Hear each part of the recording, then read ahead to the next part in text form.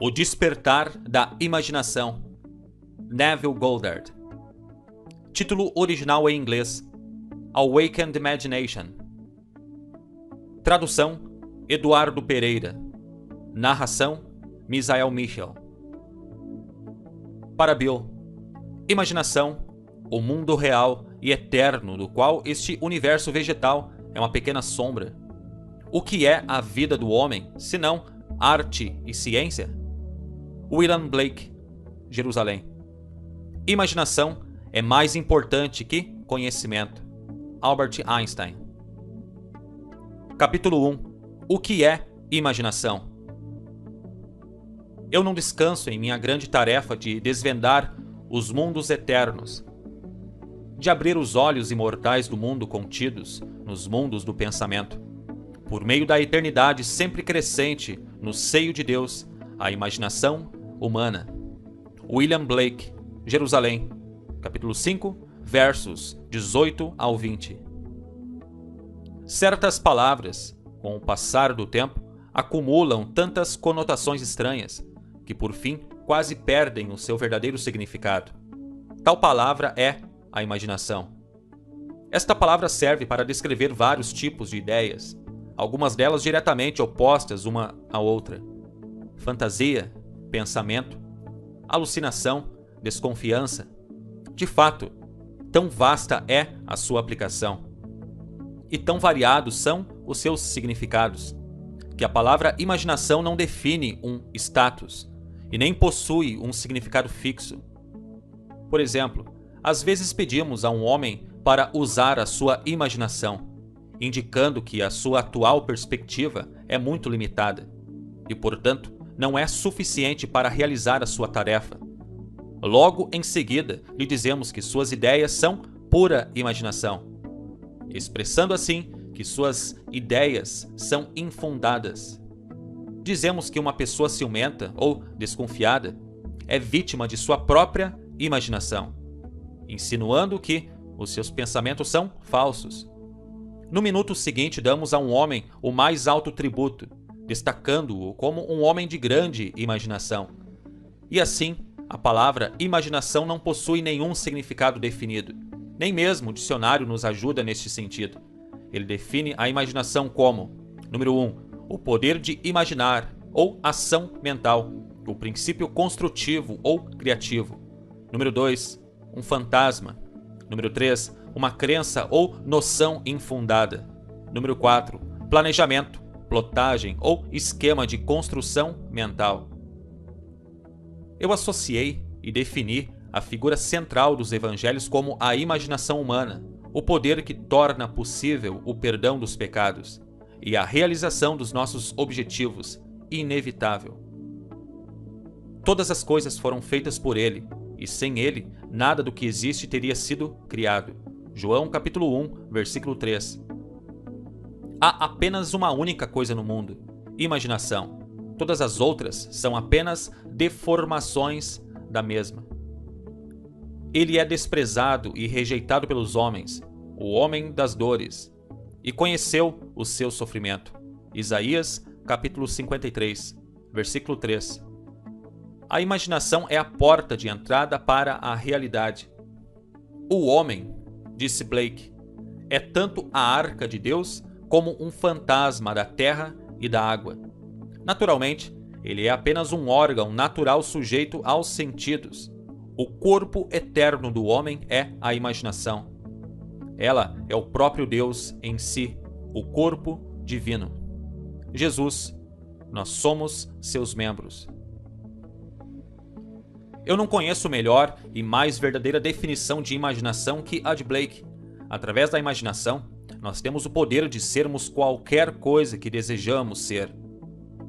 Através da imaginação, podemos desarmar e transformar a violência do mundo. Nossos relacionamentos mais íntimos, assim como os mais casuais, se tornam imaginativos quando despertamos para um mistério escondido através dos tempos. Que Cristo em nós é a nossa imaginação. Nós descobriremos então que, à medida em que vivermos pela imaginação, é que nós verdadeiramente poderemos dizer que vivemos afinal. Eu quero que este livro seja o mais simples, o mais claro e o mais franco trabalho que eu possa fazer, e que eu possa encorajá-lo a trabalhar de maneira imaginativa, para que você possa abrir os olhos imortais dentro dos mundos do seu pensamento, onde você vê a todos os desejos do seu coração como grãos maduros, prontos para colheita. Eu vim para que tenham vida e a tenham em abundância. João capítulo 10, versículo 10. A vida abundante que Cristo nos prometeu já é nossa. Podemos experimentá-la agora, mas não enquanto nós não tivermos a Cristo como o sentido da nossa imaginação. O mistério que esteve oculto pelos séculos e gerações, e que agora foi manifesto aos seus santos, aqueles entre os gentios, a quem Deus quis fazer conhecer quais são as riquezas desta glória, que é Cristo em vós, a esperança da glória. Colossenses capítulo 1, versículos 26 e 27. É a sua imaginação. Este é um mistério que eu sempre me esforço para compreender, e que me esforço ainda mais para que os outros também o compreendam. A imaginação é o nosso Redentor, o Senhor dos Exércitos, nascida através do homem, mas não concebida por ele. Todo homem é Maria, e a luz a Cristo deve dar. Se a história da Imaculada Conceição e do nascimento de Cristo parece ser irracional ao homem, é porque ele a interpreta erroneamente como um acontecimento cósmico, histórico ou biográfico. E os novos exploradores da imaginação não ajudam chamando-lhe de mente subconsciente ou inconsciente. O surgimento e o desenvolvimento da imaginação são a mudança gradual de um Deus tradicional para um Deus de comunhão. Se o nascimento de Cristo no homem parece lento, é porque o homem não está disposto a abandonar a sua confortável, porém falsa, fixação no tradicional. Moisés e Arão reuniram a congregação diante do rochedo, e em seguida Moisés exclamou: "Ouvi agora, rebeldes! Será que teremos de fazer jorrar água desta rocha para vos saciar a sede?" Em seguida, Moisés ergueu o braço e bateu na rocha 2 vezes com o seu cajado, e imediatamente dela jorrou água potável, e saciou a sede de todo o povo e seus rebanhos. Números capítulo 20, versículos 10 e 11. Quando a imaginação for descoberta como o primeiro princípio da religião, a pedra do entendimento literal sentirá o toque da vara de Moisés. E como a pedra no deserto de Zin, jorrará a água do significado psicológico para saciar a sede da humanidade. E todos os que beberem do cálice oferecido e viverem uma vida de acordo com esta verdade, irão transformar a água do significado psicológico no vinho do perdão. Então, como um bom samaritano, eles irão derramá-lo sobre todas as feridas. O Filho de Deus não deve ser encontrado na história, e nem em qualquer forma externa. Ele só deverá ser achado como a imaginação daquele em quem a sua esperança se torna manifesta. Fosse tu uma manjedoura para o seu nascimento, Deus, mais uma vez, se faria uma criança na terra. Ângelo Silésios, poeta do século XVII. O homem é o jardim onde dorme o Filho unigênito de Deus. Ele desperta este Filho elevando a sua imaginação aos céus, cobrindo aos homens a altura divina. Nós devemos seguir imaginando mais do que o melhor que conhecemos. No momento em que o homem despertar para a sua vida imaginativa, ele deve realizar o teste para sua filiação. Pai, revele o teu Filho em mim. James Montgomery. Isto agrada a Deus, quem me separou do ventre de minha mãe e me chamou pela sua graça. Gálatas capítulo 1, versículo 15. O teste supremo de filiação é o perdão dos pecados.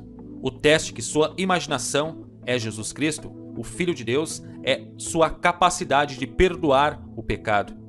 Pecado significa perder a marca em sua vida, estar aquém do seu ideal, não conseguir alcançar os seus objetivos. O perdão significa a identificação do homem com seu ideal ou seu objetivo na vida. Esta é a função do despertar da imaginação, o seu supremo triunfo, pois ele testa a capacidade do homem de adentrar e comungar com a natureza oposta do seu estado. Que diga o fracasso, eu sou forte. Jó, capítulo 3, versículo 10. Racionalmente, isto é impossível. Somente uma imaginação despertada pode adentrar e comungar com a natureza do seu oposto. Esta concepção de Jesus Cristo ser a imaginação humana levanta uma série de questões fundamentais. Seria a imaginação um poder o suficiente, não só para permitir-me assumir que eu sou forte, mas também um poder que me torne capaz de executar tal ideia? Suponha que eu desejo estar em algum outro lugar ou em alguma outra situação. Poderia eu, imaginando-me em tal estado ou lugar, alcançar a realização física? Suponha que eu não possa pagar por uma viagem e suponha que o meu atual estado social e financeiro se oponha a essa ideia que eu quero realizar. A imaginação sozinha seria suficiente para realizar esse desejo? A imaginação compreende a razão? Por razão, quero dizer deduções a partir das observações dos sentidos. Ela compreende o mundo dos fatos externos? Nos meios práticos da vida cotidiana, seria a imaginação um guia completo para o comportamento? Suponha que eu seja capaz de agir continuamente com a minha imaginação. Ou seja, suponha que eu sou capaz de manter o sentimento de ter o meu desejo realizado. Minha suposição se manifestaria em um fato? E se ela se manifestasse em um fato, devo eu considerar que minhas ações durante o período de premeditação foram razoáveis? Minha imaginação é uma energia suficiente não só para assumir o sentimento do desejo realizado, mas também é por si só capaz de encarnar uma ideia? Depois de assumir que eu já sou o que eu quero ser, devo eu continuamente me guiar por ideias e ações razoáveis para o cumprimento da minha suposição? A experiência me convenceu que uma suposição, mesmo que falsa, se for mantida, resultará em um fato e que a imaginação contínua é suficiente para todas as coisas, e todos os meus planos e ações racionais nunca compensarão a minha falta de imaginação contínua. Pois não é verdade que os ensinamentos dos evangelhos só podem ser compreendidos no âmbito da fé? E que o Filho de Deus está buscando sinais de fé nas pessoas a todo momento, ou seja, a fé em sua própria imaginação? Não é essa a promessa? Tudo quanto em oração pedirdes, tenhais fé que já o recebestes, e assim vos sucederá. Marcos capítulo 11, versículo 24. Isso não é o mesmo que dizer, imagine o que você será, e você será? Por acaso não foi em um estado imaginário que Moisés perseverou como quem vê aquele que é invisível? Hebreus capítulo 11, versículo 27. Não foi no poder de sua própria imaginação que ele perseverou? A verdade depende da intensidade de sua imaginação, e não dos fatores externos. Fatos são frutos que testemunham o uso ou desuso da imaginação.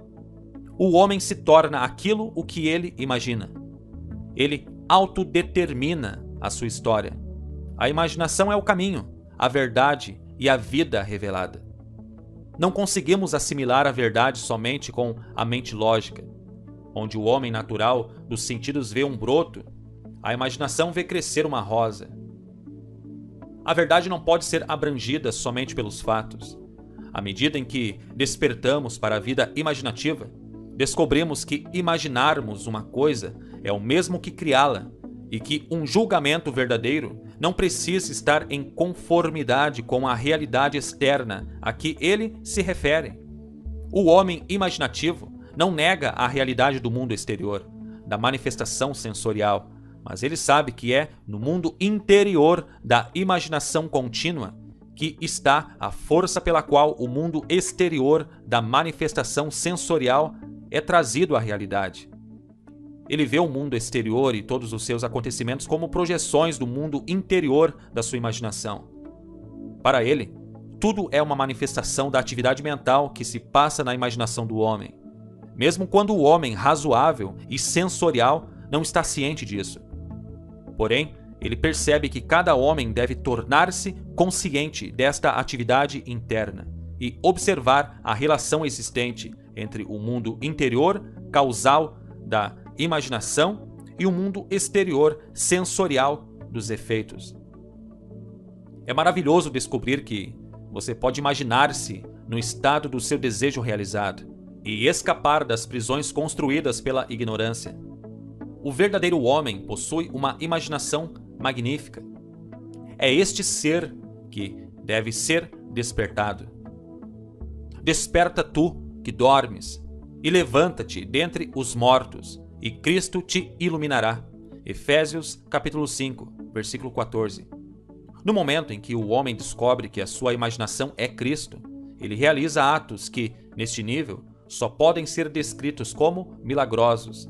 Mas somente quando o homem sentir a Cristo como a sua imaginação, ele passará a ver tudo em sua pura objetividade, sem qualquer relação subjetiva.